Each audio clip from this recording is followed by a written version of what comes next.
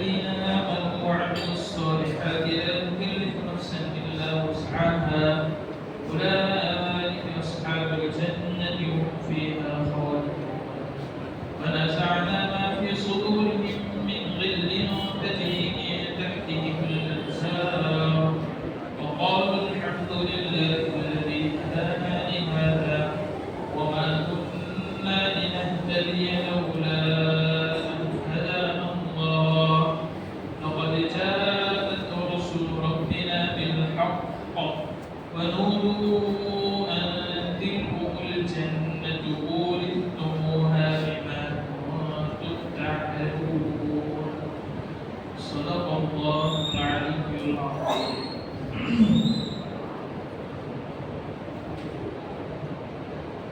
محترم بھائی دوستوں بزرگوں، یہ مولانا محمد صاحب کی کرم فرمائی ہے اور ذرا نوازی ہے کہ وہ اپنا مقام اور اپنی کرسی اپنے چھوٹوں کو بھی دیتے ہیں. سچی بات یہ ہے کہ ہمیں اپنے بڑوں سے سیکھنا چاہیے. پیچھے آپ نے اس آیت کے تحت یہ بات سنی ہوگی، قالت اخراهم لأولاهم ربنا هؤلاء أضلونا فآتهم عذابا ضعفا من النار، کہ اللہ یہ ہمارے بڑے تھے کہ جو ہمیں اچھائی کی طرف دھیان نہیں دلاتے تھے اور اچھائی کی طرف توجہ نہیں دلاتے تھے، اس لیے ہم برائی کی طرف لوٹے. تو اللہ رب العزت کہیں گے تمہاری بھی رہنے دو، تم اور تمہارے بڑے دونوں کے دونوں جہنم میں جاؤ گے. اور اس سے مفسرین نے یہ سبب لکھا ہے کہ چھوٹے وہی کرتے ہیں جو اپنے بڑے کیا کرتے ہیں. تو یہ مولانا سے ہمیں سیکھنے کی چیز ہے کہ ہمیں جہاں کہیں بھی بڑا مقام دیا جائے تو وہاں ہمیں اپنے چھوٹوں کو بھی جو ہے آگے بڑھانا چاہیے. اور یہی ایک لیڈرشپ کی کوالٹی ہے کہ وہ اپنے چھوٹوں کو بھی اپنا مقام دینے میں ذرا برابر بھی ہچکچائیں نہیں. اللہ رب العزت سے دعا کرتے ہیں کہ اللہ رب العزت قرآن کریم کا جو یہ تفسیر کا سلسلہ جاری ہوا ہے اس کو خیر و برکات کا ذریعہ بنائے اور اس کا فیض سارے جہاں کے اندر اللہ تعالیٰ عام و تام فرمائے. آج جو آیت آپ حضرات کے سامنے تلاوت کی، والذین آمنوا وعملوا الصالحات لا نکلف نفسا الا وسعها، اس کا ترجمہ یہ ہے کہ جو لوگ ایمان لائے اور جنہوں نے اچھے کام کیے، اور سچی بات یہ ہے کہ ہم کسی بھی انسان کو اس کے بس سے زیادہ مکلف نہیں کرتے ہیں، یہی لوگ جنت والے ہیں اور وہ اس میں ہمیشہ ہمیشہ رہیں گے. ونزعنا، اور ہم ان کی دلوں سے ہر وہ خلیش کو نکال دیں گے اور ان کی پیروں تلے نہریں جاری ہوگی. اور وہ لوگ کہیں گے کہ تمام تعریفیں اس اللہ کے لیے ہیں جس نے ہمیں اس منزل تک پہنچایا اور ہمارے بس کی بات نہیں تھی کہ ہم اس منزل تک پہنچتے اگر اللہ رب العزت ہمیں نہ پہنچاتے. لقد جاءت رسل ربنا بالحق، سچی بات یہ ہے کہ اللہ کے پیغمبر، ہمارے رب کے پیغمبر سچی بات لے کر آئے، حق کی بات لے کر آئے، اور انہیں پکارا جائے گا کہ یہ تمہاری جنت ہے جو تمہیں تمہارے اچھے کیے پر بطور وراثت کے دی گئی. اب تفسیر سنتے ہیں. اللہ رب العزت نے یہاں پر پیچھے جو مضمون بیان کیا اس سے اس کو جوڑتے ہیں. پہلے اوپر جہنمیوں کے بارے میں تذکرہ کیا اور جہنمیوں کے تعلق سے بتایا کہ یہ آپس میں ایک دوسرے سے جھگڑیں گے، ایک دوسروں کو ملامت کریں گے کہ تم نے ایسا کیا، تم نے ایسا کیا، اس لیے ہم کو جہنم میں آنا پڑا. اور جہنمیوں کا خدا جب منظر کھینچا تو اس کے بعد فوراً اللہ رب العزت نے جنت والوں کا تذکرہ کیا. اور یہ رول ہے، یہ ایک اصول ہے کہ وبی ازدادھا تتبین الاشیاء، جب کسی چیز کو جو آپ کو اچھے سے ایکسپلین کرنا ہے، اس کو اچھے سے ڈیٹیل میں سمجھانا ہے تو اس کو آپ جو ہے نا اس کا اپوزٹ بتا دیجیے. ورودھاتی شبد اسی لیے ہوتا ہے، اگر آپ کسی کالے کو سمجھنا چاہتے ہیں تو آپ کو سفید کو دیکھنا پڑے گا. اچھے کام کرنے والے کو سمجھنا ہے تو برے کام کرنے والے کو دیکھنا پڑے گا. اور یہ قرآن کا انداز ہے، قرآن کا یہ اپنا اسلوب ہے کہ جب بھی جو ہے کسی جہنمی کے بارے میں جب تذکرہ کرتا ہے تو اللہ رب العزت فوراً جنتیوں کا بھی تذکرہ کرتا ہے، جنت والوں کی نعمتوں کو بیان کرتے ہیں تو فوراً جہنمیوں والوں کی بھی جو ہے اوصاف کو، ان کی صفات کو، ان کی ہولناکیوں کو اور اس کی وحشت کو ذکر کرتے ہیں۔ یہاں پر اللہ رب العزت نے دو چیزیں بتائی،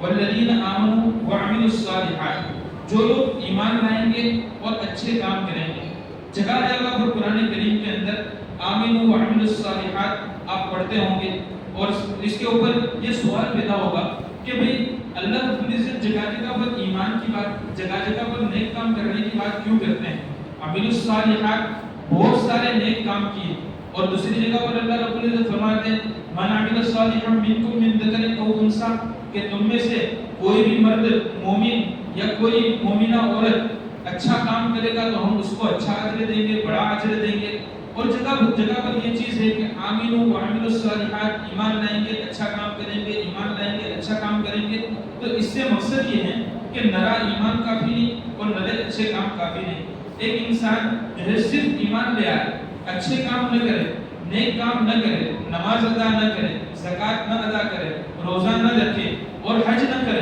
اس کے اوپر جتنی چیزیں واجب ہیں وہ ادا نہ کرے، اچھے اخلاق سے پیش نہ آئے، تو اس کا یہ ایمان اس کو کوئی کام نہیں دے رہا ہے۔ اور اس سے دوسری بات یہ بھی سمجھ میں آتی ہے کہ جو شخص ایمان لے آتا ہے سچے دل سے، اللہ رب العزت اس کو اچھے کام کرنے کی توفیق ضرور دے دیتا ہے۔ اور یہ انسان صرف اچھے اعمال کرتا ہے ایمان لائے بغیر، تو اس کے اتنے اچھے کام کرنے کا صرف اس کو دنیا میں اچھا بدلہ مل سکتا ہے۔ یہ اللہ رب العزت کا اصول ہے۔ ایک کافر انسان جب چائے بناتا ہے اور اس میں شکر ڈالتا ہے تو چائے میٹھی ہوگی، ایک مومن جو ہے وہ شکر ڈالے گا تو بھی میٹھی ہوگی۔ تو اسی طرح سے یہ دنیا کا اصول ہے کہ جو اچھا کام کرے گا اس کو دنیا میں اچھا بدلہ مل سکتا ہے، لیکن آخرت میں اچھا بدلہ ملنے کے لیے ایمان شرط ہے۔ ایمان لائے بغیر لاکھ انسان اچھے اعمال کر لیں، لاکھ اچھی طرح سے وہ پیش آ جائے، آج جو ہے بڑے بڑے کافر کے تعلق سے ہم سنتے ہیں کہ اس نے اتنا دان کیا، اتنا صدقہ کیا، فلاں جگہ پر اتنا جو ہے اپنا مال لگایا، اس کی جو ہے اخلاق، اس کی مورالٹی کتنی اچھی ہے، یہ سب جو ہے یہاں دھرا کا دھرا رہ جائے گا۔ آخرت میں اس کو جو ہے اس کو جو ہے قرآن کریم نے بھی بیان کیا وَلَا خَلَقْنَهُمْ فِي الْآخِرَةِ، کہ اس جو ہے اچھے کام کا آخرت میں کوئی بدلہ نہیں ملے گا، ہاں دنیا میں ہم ان کو کچھ نہ کچھ اچھا بدلہ ضرور دے دیں گے، لیکن آخرت میں اچھے بدلے کے لیے ایمان شرط ہے، اور محض ایمان بھی جو ہے دخول جنت کے لیے کافی ہے، لیکن دخول جنت اس وقت جو ہے ممکن ہوگا جب اچھے اعمال کیے ہوں گے۔ محض جو ہے ایمان لانے کے اوپر اللہ رب العزت مومن کو جنت تو دے دے گا، تو ہمیں یہاں سوال پیدا ہوگا کہ حدیث شریف میں ہم سنتے ہیں کہ جو ایک رائے کے دانے کے برابر بھی ایمان لے کر کے جائے گا، اللہ رب العزت اس کو دنیا سے 10 گنی بڑی جنت عطا کرے گا یا بہت بڑی جنت عطا کرے گا۔ تو اس کا مطلب کیا؟ تو اس کا مطلب یہ ہے کہ انسان جو کچھ بھی برے کام کر کے گیا ہوگا دنیا سے، کل کو آخرت میں اس کو اس کا جو ہے عذاب بھگتنا پڑے گا، اور اس کے تعلق سے جو ہے جہنم میں جلنا پڑے گا، اس کے بعد جا کر کے آخر میں اس کو جنت ملے گی۔ یہاں پر جو ہے بہت جو ہے لوجیکلی سوچنے والوں کو یہ ہوتا ہے کیا ہو جائے گا، تھوڑے ٹائم تو جلنا ہے جہنم میں، پھر اس کے بعد ایک بار تو جنت میں جانا ہی جانا ہے۔ نہیں، جہنم کے اندر جلنا اتنا آسان نہیں ہے۔ قرآن کریم کے اندر اور احادیث مبارکہ کے اندر جب ہم جو ہے تفصیل سے دیکھتے ہیں اور جو ہے اس کو گہرائی سے مطالعہ کرتے ہیں تو ہمیں پتہ چلتا ہے کہ آخرت جو ہے جہنم کے اندر ایک لمحے کے لیے اگر انسان اپنے آپ کو تصور کر لے، وہیں کہ وہیں وہ جل کے راکھ ہو جائے۔ تو یہ جہنم اتنی ڈینجر چیز ہے، اور جو کوئی شخص نیک کام کرے گا اور ایمان لائے گا تو اس کے لیے کیا ہے؟ تو اللہ رب العزت اس کے لیے بتاتے ہیں کہ اولئک اصحاب الجنہ، وہ لوگ جنت والے ہیں، ہم فیہا خالدون، وہ اس میں ہمیشہ ہمیشہ رہیں گے۔ پھر بیچ میں اللہ رب العزت یہ لائے لا نکلف نفسا الا وسعها، کہ ہم انسان کو جو ہے اس کے بس کا ہی مکلف کرتے ہیں۔ اس کا جو ہے لفظی ترجمہ یہ ہوگا کہ ہم کسی شخص کو اتنا مکلف نہیں کرتے ہیں مگر جتنا اس کے بس میں ہوتا ہے۔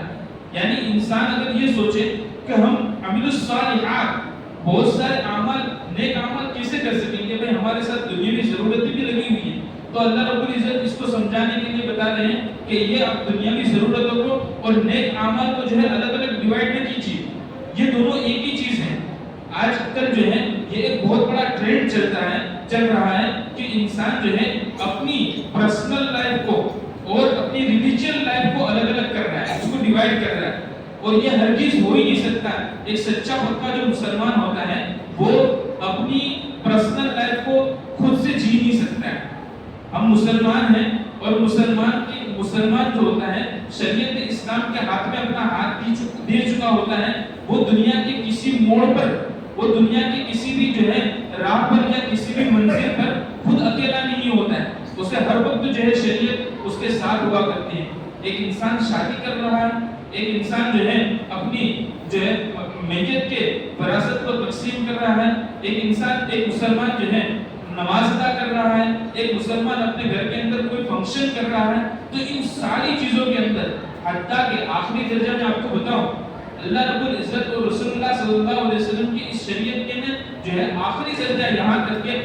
بیت الخلاء میں جانے تک بھی اپنے آپ کو نہیں چھوڑا، ہمیں نہیں چھوڑا، وہاں پر بھی ہمیں اس کا طریقہ بتایا۔ تو یہ جو ٹرینڈ چل رہا ہے اس سے مسلمان کو جو ہے باہر نکلنے کی ضرورت ہے کہ بھئی ہم اپنی پرسنل لائف خود سے جیے اور ریلیجن لائف الگ سے جیے۔ مسجد میں آوے تو ہم اپنی پرسنل لائف کو الگ چھوڑ کر آوے اور مسجد کے باہر نکلے تو ہم اپنی پرسنل لائف کو جو ہے ایکسپٹ کر لیں، نہیں۔ ایک مسلمان ہر دم، ہر وقت، ہر گھڑی، ہر پل وہ اپنی اسلام کے ساتھ ہوتا ہے۔ کیوں ہم نے نہیں دیکھا ایک میوزیشین ہوتا ہے، میوزک کا جو ہے دیوانہ ہوتا ہے، آپ اس کو دیکھ لیں ہر وقت اس کے ذہن میں ایک ہی چیز جو ہے گھومتی رہتی ہے، اس کے ذہن کے اندر میوزک ہی چلتا رہتا ہے۔ وہ بس میں جائے گا، اس کے کان میں ہیڈ فون ہوں گے اور اس کے ہاتھ چل رہے ہوں گے، وہ کسی جگہ پر حتیٰ کہ وہ بیت الخلاء میں بھی جائے گا تو اس کا سر ادھر ادھر ہلتا ہوگا، کیوں بھائی؟ اس کے دماغ کے اندر میوزک گھوم رہا ہے اور اس کے رگوں پہ کے اندر میوزک دوڑ رہا ہے، موسیقی دوڑ رہی ہے۔ اسی طرح ایک مسلمان کو چاہیے کہ وہ ہر دم اپنے اندر اور اپنے جو ہے رگوں پہ کے اندر، جسم کے خون کے اندر جو ہے وہ اسلام کو اور شریعت اسلام کو جو ہے اندر دوڑا دے، اور اس کے جہاں پر وہ بولے تو اسلام کو بولے، وہ کرے تو اسلام کو کرے، وہ سوچے تو اسلام کو سوچے، یہاں تک کہ وہ جہاں جائے وہ اسلام اور اس کی پہچان ہو جائے۔ یہ جو ہے لا نکلف نفسا الا وسعها کے تعلق سے مفسرین نے لکھا ہے کہ اگر انسان یہ سوچتا ہے کہ مجھے تو اتنا مجبور کر دیا گیا ہے کہ یہ میرے بس کی بات نہیں ہے، تو سوری، اللہ رب العزت فرماتے ہیں کہ لا نکلف نفسا الا وسعها، ہم کسی انسان کو جو ہے اس کی کیپیسٹی کے بعد اس سے زیادہ اوور لوڈ اس کو نہیں دیتے اور اس کو جو ہے حکم نہیں دیتے کہ آپ یہ بھی کرو، یہ بھی کرو، یہ بھی کرو، نہیں۔ ایک انسان اگر صحیح انداز سے، صحیح طریقے سے، اچھے اعمال کر کر، اچھی نیت سے اگر وہ اسلام کو ایکسپٹ کرنا چاہتا ہے، اسلام جو ہے الدین یسر، اسلام آسان، دین آسان ہے، شرط یہ ہے کہ انسان اس کو جو ہے 100% ایکسپٹ کرے۔ اسی لیے جو ہے قرآن کریم کے اندر دوسری جگہ پر فرمایا کہ یا ایھا الذین آمنوا ادخلوا فی السلم کافہ، کہ اسلام کے اندر پورے داخل ہو جائیے، پورا اسلام کو ایکسپٹ کر لیجیے 100%۔ صرف جو ہے مسجد کے اندر آ کر کے اسلام ہمارا دھرم ہے یہ نہیں، مسجد سے باہر نکل کر کے ہر وقت ہر گھڑی جو ہے اسلام آپ کا دھرم ہے، یہ ہر وقت آپ کو جو ہے رہنمائی کر رہا ہے، ہر وقت آپ کو ہدایت دے رہا ہے۔ آگے اللہ رب العزت جو ہے اس جنت کے واقعے کو بیان کر کے فرماتے کہ اولئک اصحاب الجنہ، جو شخص جو ہے ایمان لائے گا، اچھے کام کرے گا، تو یہ ایسے لوگ ہوں گے کہ جو جنت والے ہوں گے، یعنی جنت ان کی جو ہے بک ہے، ریزرو ہے، ہم فیہا خالدون، اور وہ اس میں ہمیشہ رہیں گے۔ اب ہمیشہ رہیں گے تو انسان کا یہ سوال ہوگا کہ بھئی دنیا کے اندر جو ہم نے زندگی بتائی ہے، وہاں پر زندگی کے اندر آپس میں کچھ جو ہے مشکل بھی ہوگی اور کچھ آپس میں ایک دوسرے سے جھگڑے ہوتے ہوں گے، ایک دوسرے سے جو رنجش ہوئی ہوگی اس کو کیسے دور کریں گے؟ تو اللہ رب العزت اس کا جواب دیتے ہیں وَنَزَعْنَا مَا فِي صُدُورِهِم مِّن غِلٍّ، کہ ان کے دلوں کے اندر جو کچھ بھی تھوڑا بہت میل ہوگا، غل کہتے ہیں رنجش کو، کدورت کو، اور آپس میں ایک دوسرے کے تعلق سے جو حسد اور کینہ دلوں کے اندر ہوتا ہے، نیک کام کرنے والوں کے دلوں کے اندر بھی حسد اور کینہ ہوتا ہے۔ اور بعض مفسرین نے یہ بھی لکھا ہے کہ اللہ رب العزت نے پچھلی آیت میں یوں فرمایا کہ لا نکلف نفسا الا وسعها، کہ ہم کسی انسان کو اس کے بس سے زیادہ مکلف نہیں کرتے ہیں۔ تو انسان کو یہ ہو سکتا ہے کہ بعض مرتبہ مجھے ایسے خیال آتے ہیں کہ جس کو میں روک نہیں سکتا ہوں۔ انسان نماز شروع کر رہا ہے، مسلمان نماز پڑھ رہا ہے، اللہ اکبر کہا، اس نے یہ سوچ لیا کہ مجھے ایک بھی خیال یار مجھے آنا ہی نہیں ہے، میں اس کی کوشش کروں گا. اس نے اپنے بس بھر کی کوشش کی، اس کے باوجود اس کے دل کے اندر جو خیال آتا ہے، اللہ رب العزت فرماتے ہیں کہ وَنَزَعْنَا مَا فِي صُدُورِهِم مِّن غِلٍّ، کہ اس کے دل کے اندر جو کچھ بھی اس طرح کے خیال آئیں گے ہم اس کو نیست و نابود کر دیں گے، اس کو ختم کر دیں گے. اس لیے اس تعلق سے وہ گھبرائے نہیں. اور دوسری تفسیر جو ہے بعض مفسرین نے یہ لکھی ہے کہ ہم ان کے دل کے اندر کی جو کدورت آپس میں ایک دوسرے سے رہ گئی ہوگی ہم اس کو صاف کر دیں گے. اور اس سے جو ہے بعض مفسرین نے یہاں تک لکھا ہے کہ آپس میں ایک مطلب کبھی جو ہے نیک صالحین کا یہ شیوا لیتا ہے کہ وہ تصاحب کرتے ہیں ایک دوسرے سے نیکی میں آگے بڑھنے کے تعلق سے. بھائی ایک نیک انسان ہے وہ دوسرے نیک انسان کو دیکھتا ہے تو اس کو یہ ہوتا ہے کہ میں اس سے آگے بڑھ جاؤں، تو اس سے آگے بڑھنے کی جو اس کی خواہش ہے اور اس کو پیچھے کرنے کی جو اس کے دل کے اندر تمنا ہے اور وہ جو رنجش ہے اس کو اللہ رب العزت ختم کرنے کے تجری من تحتہ الانہار، ان کو ایسی جنت دی جائے گی کہ جس کے پیروں سے جو ہے نہریں گزرے گی.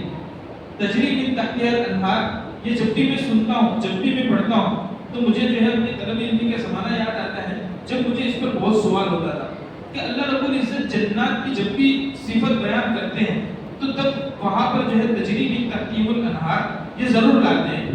اکثر آپ دیکھ لیجئے جہاں کہیں بھی جنت کے اندر رب العزت تعریف کریں گے تو وہاں پر یہ بات ضرور آئے گی کہ ان کی پیروں سے ان کے پیروں کے نیچے سے جو ہے جنت نہریں جاری ہوگی. ایسے باغات میں ہوں گے جہاں سے نیچے نہریں جاری ہوگی. اور اس آیت کو سمجھنے کے لیے ہم نے تقریباً 28 سے 29 تفسیریں ایک ساتھ دیکھی اور کل ملا کر کے 70 سے 80 تفسیریں دیکھی تھی، لیکن کسی بھی تفسیر پر جو ہے اطمینان نہیں ہوا. البتہ ایک دفعہ ہم بیٹھے تھے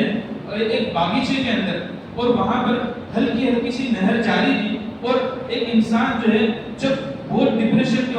اندر ہوتا ہے اور بہت اس کو پریشانیاں، ٹینشن، وساوس بہت پریشان کر دیتے ہیں، تب یہ سوچتا ہے کہ اب جائے تو کہاں جائے. اور وہ اسی غم کے اندر، اسی سوچ و وچار کے اندر جب وہ ایک باغیچے کے اندر ایسی جگہ پر وہ چلا جاتا ہے کہ جہاں پر نیچے سے ندیاں بہتی ہوتی ہیں اور وہ اپنے پاؤں یہ اس طرح سے جب وہ اس طرح سے اپنے پاؤں کو پانی کے اندر جو ہے ہلاتا ہے، حرکت دیتا ہے اپنے پیروں کو، تو آہستہ آہستہ اس کے ہموم جو ہے وہ رفع دفع ہو جاتے ہیں اور ایک لمحے کے لیے اس کو ایک سکون حاصل ہوتا ہے. یہ زنجیر کا جو دود ہے وہاں پر بھی اس چیز کو آپ تصور کر سکتے ہیں. ویسے تو جنت کا تصور بہت مشکل جو ہے ناممکن ہے، مشکل نہیں ناممکن ہے، کیونکہ اللہ کے نبی علیہ الصلوۃ والسلام نے ارشاد فرمایا کہ جنت ایسی چیز ہے کہ جس کو جو ہے انسان سوچ بھی نہیں سکتا ہے. لیکن آیت کو سمجھنے کے لیے کہ تجری من تحتہ الانہار کے ان کے پیروں کے نیچے سے نہریں جاری ہو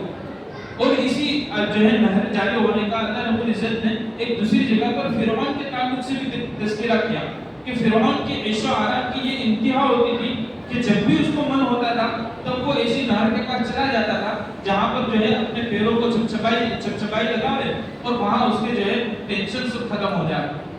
یہ ساری چیزیں انسان کو جو ہے جنتیوں کو حاصل ہوگی اور جنتی جب اس کے اندر مست و مگن ہوں گے اس وقت جو ہے وہ کہیں گے وقالوا، اور وہ لوگ کہیں گے الحمدللہ الذی ہدانا لہذا وما كنا لنهتدی لولا ان هدانا اللہ، کہ اللہ رب العزت ہی کا شکر ہے کہ جس نے ہمیں اس منزل تک پہنچایا، جنت تک پہنچایا، ورنہ ہمارے بس کی بات نہیں. اگر اللہ رب العزت نہ چاہتے تو ہمارے بس کی بات نہیں کہ ہم یہاں تک پہنچ سکتے ہیں. یہاں پر لفظ ہدانا استعمال کریں گے جنتی. یہ دراصل جو ہے بیک گراؤنڈ ہے اس کا ایک خلفیہ ہے کہ جنتیوں کو سب بہت جنت مل جائے گی. ایک حدیث میں آتا ہے کہ حضرت ابو سعید خدری رضی اللہ تعالیٰ عنہ فرماتے ہیں رسول اللہ صلی اللہ علیہ وسلم نے ارشاد فرمایا کہ جب جنتی جنت میں چلے جائیں گے، جہنمی جہنم میں چلے جائیں گے، تو ہر ایک میں سے ایک دوسرے کو ایک دوسرے کا مقام دکھایا جائے گا. دراصل ہر انسان کے لیے، ہر فرد بشر کے لیے جو ہے جنت میں ایک مقام ہے اور جہنم میں بھی ایک مقام ہے. جب انسان اچھے اعمال کرتا ہے تو اس کا جنت کا جو مقام ہوتا ہے وہ اس کے لیے بھوک ہو جاتا ہے اور جہنم کا جو مقام ہوتا ہے اس کے اوپر چوکڑی لگ جاتی ہے کہ یہ بندہ یہاں نہیں آئے گا. اور جب بندہ نیک اعمال نہیں کرتا ہے، برے اعمال میں مبتلا ہو جاتا ہے اور وہ جہنم کا مستحق ہو جاتا ہے، تو اس کو جب جہنم میں بھیج دیا جائے گا تو اس کا جنت کا جو جنت کی جو جگہ ہے اس کے اوپر چوکڑی لگا دی جائے گی کہ بھئی یہ جب بھی آئے گا تب اس کو یہ جگہ دی جائے گی. تو جب جنتی جو ہے جہنم کے اندر اپنے مقام کو دیکھیں گے، حدیث میں آتا ہے کہ جنتیوں کو ان کا جہنم کا مقام دکھایا جائے گا اور جہنمیوں کو بھی جنت میں ان کا مقام دکھایا جائے گا، تو جہنمی تو بہت افسوس کریں گے، اس کے افسوس کا ذکر بھی جو ہے قرآن کریم میں دوسری جگہ پر آیا ہے۔ اور لیکن جنتی جب دیکھیں گے کہ یہ کیسے حال کے اندر ہیں اور کیسی ان کی جو ہے وحشیانہ حال ہے، تو وہ لوگ اس وقت کہیں گے کہ اللہ رب العزت، اللہ جی یہ ہمارا کمال نہیں ہے، یہ ہمارے جو ہے بڑائی کی بات نہیں ہے، ہمارے اعمال کا نتیجہ نہیں ہے، یہ محض آپ کے فضل کی بات ہے، آپ کے کرم کی بات ہے کہ آپ نے ہم کو یہاں تک پہنچایا، یعنی آپ نے ہم کو ایسے اعمال کرنے کی ہدایت دی، توفیق دی، سعادت بخشی کہ ہم یہاں تک پہنچ پائے۔ اگر آپ کی توفیق ارزانی نہ ہوتی، آپ ہمیں ہدایت نہ دیتے، بھلا ہم نیک کام کیسے کرتے اور جنت میں کیسے آپ پہنچتے؟ اس وقت یہ کہیں گے الحمدللہ الذی ہدانا لہذا وما كنا لنهتدی لولا ان هدانا اللہ۔ ہمارے اکابرین علماء نے لکھا ہے کہ ایک انسان کو اچھے کام کی توفیق ہو جائے تو اسے چاہیے کہ وہ یہ دعا پڑھے الحمدللہ الذی ہدانا لہذا وما كنا لنهتدی لولا ان هدانا اللہ۔ اس جو ہے آیت سے اور اس جو ہے دعا پڑھنے سے کیا ہوگا؟ اس دعا پڑھنے سے اس کو دوسرے نیک اعمال کرنے کی توفیق ہوگی۔ جب ہدایت کی بات آئی ہے تو ہدایت کے تعلق سے کچھ بات آپ حضرات کے سامنے رکھنا مناسب سمجھتا ہوں۔ ہمیں یہ سوال ہوتا ہے کہ آخر کیا بات ہے کہ اللہ رب العزت ایک مسلمان کو جب بھی وہ نماز کے لیے کھڑا ہوتا ہے تو ہر رکعت کے اندر اس سے کہلواتے ہیں کہ اہدنا الصراط المستقیم، کہ اللہ ہمیں سیدھی راہ دکھلا، ہمیں سیدھے راہ کی ہدایت عطا فرما۔ تو یہ ہدایت کیا چیز ہے؟ بہت ساری اس کی تفسیریں ہیں، بہت سارے مفسرین نے بہت ساری باتیں اس کے اوپر لکھی ہیں، لیکن سب سے بہترین بات جو ہمیں لگی حضرت تھانوی علیہ الرحمہ کی، چونکہ وہ حکیم الامت جو ٹھہرے اور قلندر جو ٹھہرے، قلندر آنچے گوئے تیلا گوئے، قلندر کی بات قلندرانہ ہوا کرتی ہے، تو حضرت فرماتے ہیں کہ ہدایت کہتے ہیں کہ ایک انسان کو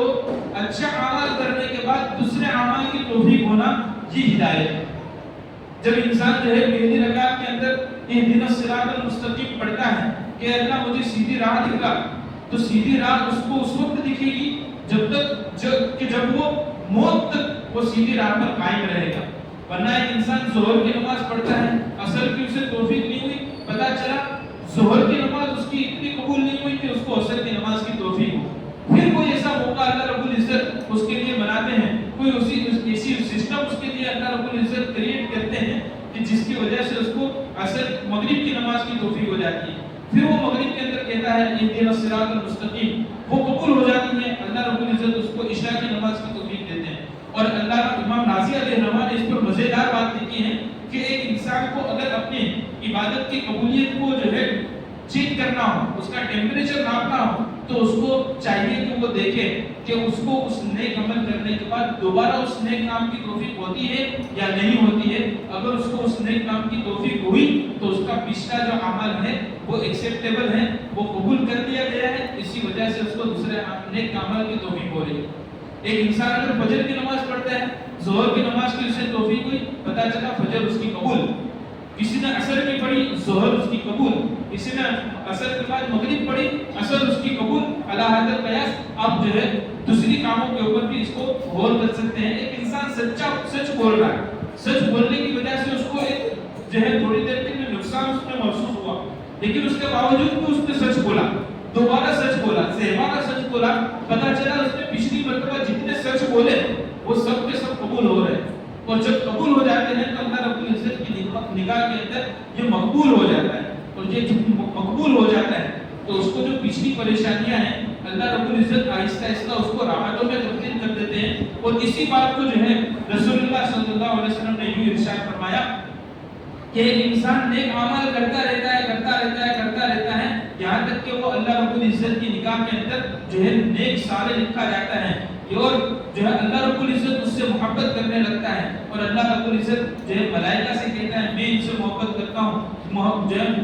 ملائکہ کے سردار کو اللہ رب العزت کہتے ہیں کہ ملائکہ میں اعلان کیجئے کہ میں ان سے محبت کرتا ہوں. ملائکہ اس سے محبت کرنے لگتے ہیں. پھر دنیا والوں کے اندر یہ اعلان ہوتا ہے کہ میں ان سے، اللہ رب العزت ان سے محبت کرتے ہیں، ملائکہ ان سے محبت کرتے ہیں، اور نیک صالح لوگ ان سے محبت کرتے ہیں، آپ بھی ان سے محبت کرو. یہی وجہ ہے کہ ہم جب دیکھتے ہیں کہ ہمارے بڑے بڑے اکابرین حضرت مفتی احمد صاحب خانپوری دامت برکاتہم اور ان جیسے جتنے بڑے بڑے اکابرین ہیں، آپ ان کے پاس دیکھیں ان کے پاس کیا دنیا کی کمالات ہیں، کیا ان کے پاس دنیا کی ڈگریاں ہیں، کیا ان کے پاس جو ہے دنیا کے بڑے بڑے خزانے ہیں؟ کچھ نہیں ہے. اللہ ہے ان کے پاس، اللہ کی یاد ہے ان کے پاس، اور اللہ کے پاس وہ مقبول ترین ہے. یہی وجہ ہے کہ لوگ ان کے پاس جو ہے جوک در جوک آتے ہیں، ٹیموں کی ٹیمیں آتی ہیں، اور ان کو صرف دیدار کر کے وہ اپنی جو ہے دل کا اطمینان حاصل کرتے ہیں. آپ میں سے بھی کسی نے ایسے لوگوں کو دیکھا ہوگا کہ جن کو دیکھ کر کے بس اللہ رب العزت ان کو یاد آتا ہے اور ان کے دل کو سکون پہنچتا ہے، دل کو ٹھنڈک پہنچتی ہے کہ ہاں بھئی ان کو دیکھ لیا میرے سارے ٹینشن رفع دفع ہو گئے. تو یہ جو ہے ہدایت ملنے کی سبب بسبب ہوتا ہے. آگے اللہ رب العزت فرمائے لقد جاءت رسول ربنا بالحق، کہ ہمارے پاس جو ہے ہمارے رب کے پیغمبر سچی بات لے کر آئے. ونودو، اور ان کو پکار کر کے کہا جائے گا کہ یہ جو جنت آپ کو جو ملی ہے نا وہ آپ کے نیک اعمال کی بسبب ملی.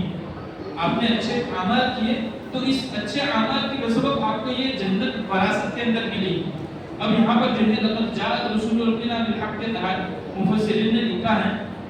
کہ انسان کے پاس اللہ رب العزت کی طرف سے ہدایت کے مختلف مواقع آتے ہیں، ہدایت کے مختلف موسم آتے ہیں. جیسے رمضان المبارک کا یہ موسم ہے تو یہ جو ہے اللہ رب العزت کی طرف سے ایک ہدایت کا جھونکا ہے، ہدایت کی ایک لہر ہے، ہدایت کی ایک ہوا ہے. اب مسلمان کو چاہیے کہ اس کو جو ہے وہ بہت وسعت دلی کے ساتھ اس کو قبول کرے اور اس کے اندر جتنا ہو سکے اتنا اپنے آپ کو جو ہے سدھارنے کی کوشش کرے، ہدایت کی طرف بڑھانے کی کوشش کرے. ایک انسان جو ہے جہاں کہیں بھی جاتا ہے اس کو ہر کسی چیز کے اندر اس کا اپنا رب دکھ سکتا ہے. یہاں تک کہ قرآن کریم کے اندر تو فرمایا وفی انفسکم افلا وفی انفسکم، کہ ہم نے تو تمہارے اندر، یعنی خود آپ اپنے جسم کے اندر بھی غور کریں گے نا تو آپ کو کہیں نہ کہیں ایسی چیز مل جائے گی کہ آپ اللہ رب العزت کی راہ کی طرف چل پڑیں. تو کسی پیغمبر کا ہمارے پاس آ کر کے یہ کہنا کہ بھائی آپ سچی سیدھی راہ پر آ جائیے، سچا اچھے کام کرنے لگے، یہ ضروری نہیں ہے. اللہ تبارک و تعالیٰ نے جو ہے دنیا کے ہر سسٹم کے اندر، دنیا کے جو ہے آسمان سے لے کر زمین اور زمین آسمان کے درمیان جتنی بھی چیزیں ہیں ان سب کے اندر اللہ رب العزت نے اپنی کچھ نہ کچھ ایسی نشانیاں اور کچھ نہ کچھ اپنا ایک ایسا میسج چھوڑ کے رکھا ہے کہ جس کو انسان دیکھ کر کے اللہ رب العزت تک پہنچ سکتا ہے. ایک جو ہے بزرگ نے بہت زبردست بات لکھی ہے کہ وہ فرماتے ہیں کہ ان کے پاس ایک شخص آیا اور پوچھا کہ حضرت اللہ رب العزت تک پہنچنے کے لیے کتنے راستے ہیں؟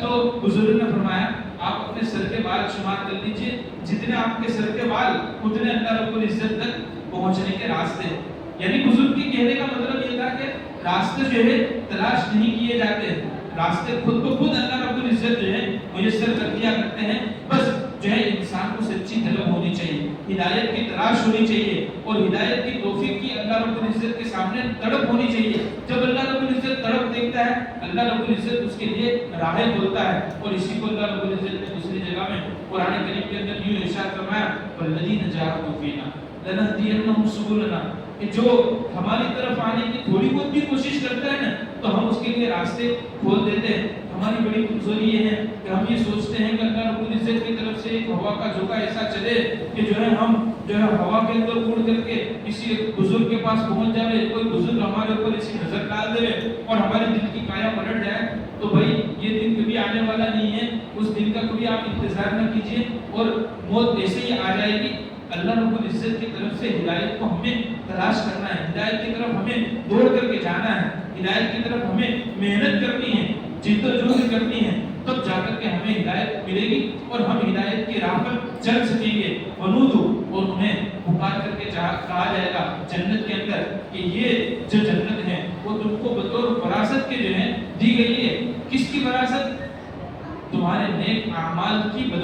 ہمارے